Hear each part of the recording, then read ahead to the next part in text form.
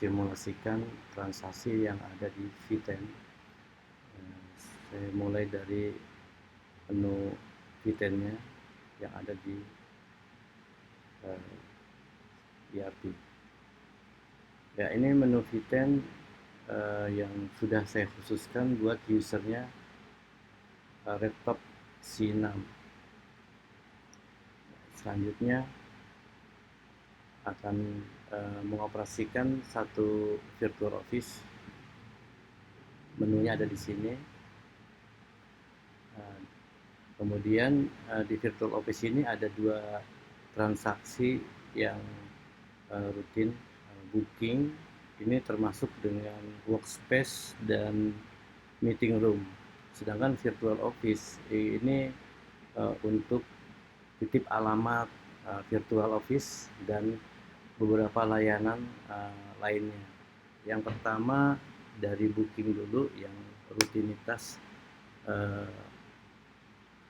tidak recurring intinya.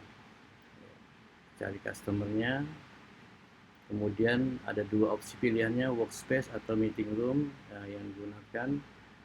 Setelah itu durasinya berapa lama yang akan dia deposit ya. Ini sebenarnya waktu yang dia belanjakan ya, yang dibelanjakan untuk menggunakan fasilitas di workspace atau meeting room seperti ini. Selanjutnya untuk memulai transaksi atau masuk ke dalam penggunaan atau usage time-nya harus dia membayar dahulu. Nah, ini istilahnya prepaid as you go. Dibuatkan folionya, semua nanti dijadikan folio sebelum masuk ke invoice. Sama dengan virtual office juga akan dijadikan folio. Setelah folionya dibentuk dengan nomor 39, ini bisa dari sini juga menemukan nomor folionya. Nah, di sini sudah ada angkanya, price-nya, katakanlah dia jam ya, hours, 4 jam itu per jamnya 50.000 misalnya. 50.000, simpan, langsung dikonfirm, nah, dia bayar tuh, bikinkan invoice-nya. Oke, tidak ada pajak misalnya, confirm, payment, selesai, terima uang, cash atau QRIS ya, nanti bisa diatur. Selesai tugasnya, menerima uang. Terus bagaimana dengan booking nomor 39, booking nomor 26 ini? Hari-harinya dia harus check in dulu di sini untuk masuk dia. Misalnya meeting room, ya, ini mungkin bisa meeting room bisa juga workspace ya. Nanti saya tinggal ganti saja.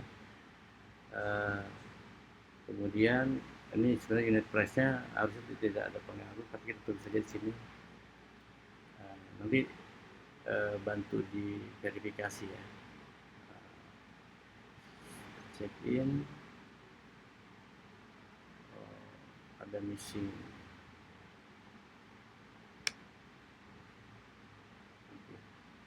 Saya perlu ini lagi nih,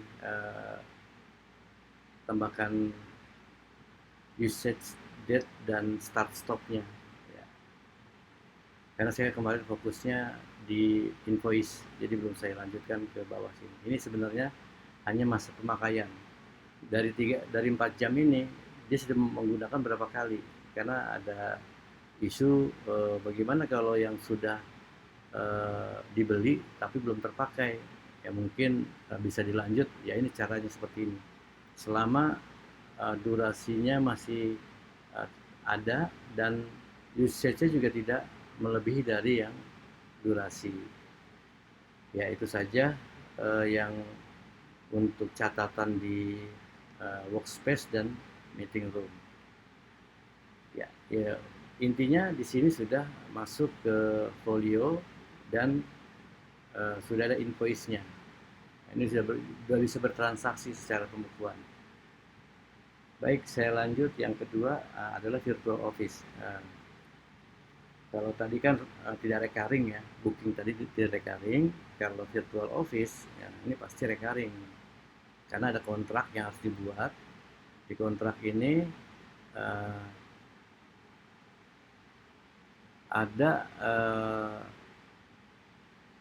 mulainya ya, tanggal mulai sampai dengan tanggal berakhirnya virtual office ini disewa ya, karena dia sifatnya kan menyewa alamat untuk perusahaan virtualnya atau office ya, virtual office-nya.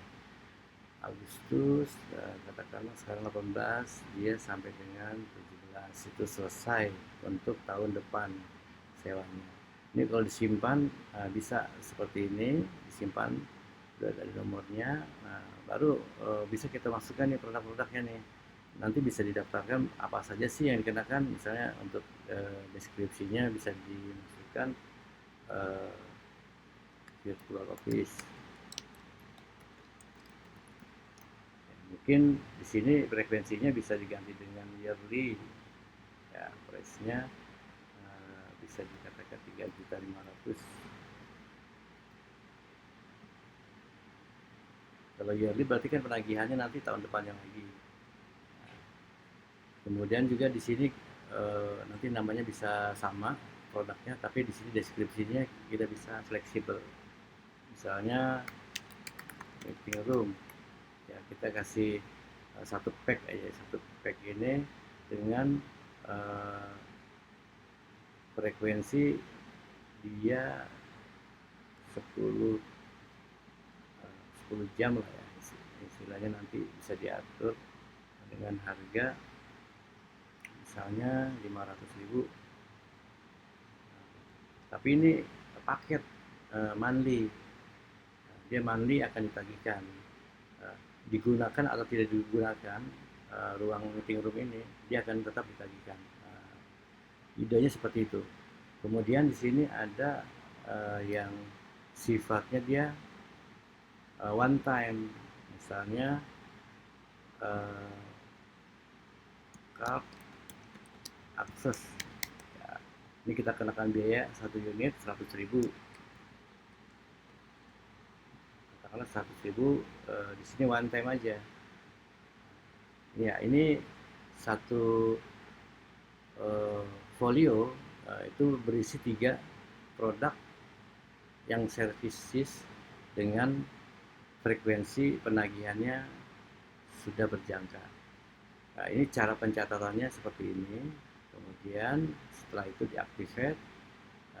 Kalau diactivate artinya ini sudah dikonfirm ke customernya dan sudah menyetujui produk-produk yang akan digunakan. Apa yang lagi selanjutnya di sini kita cek adalah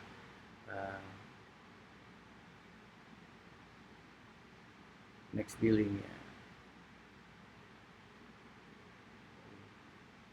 Ini harus diatur lagi nih. Saya harus mundur.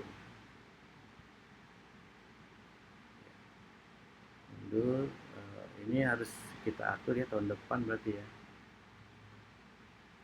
2026 berarti kan 2027 di Agustus tahun iya. Ini billingnya. Kalau ini monthly-nya berarti di September dan nanti diatur yang sesuai.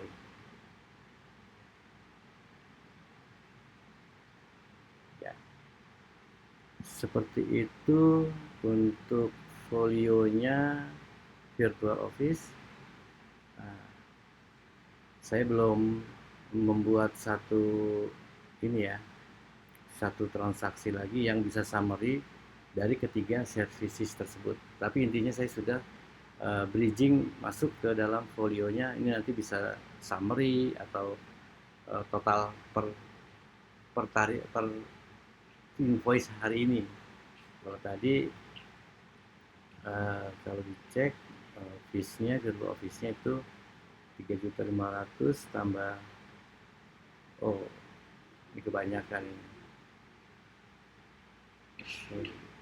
Portfolionya 50.000 harusnya satuannya.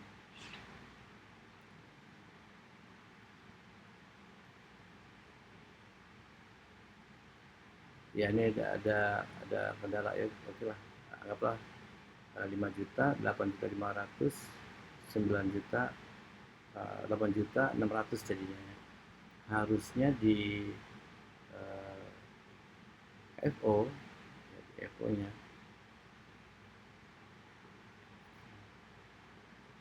harusnya di FO-nya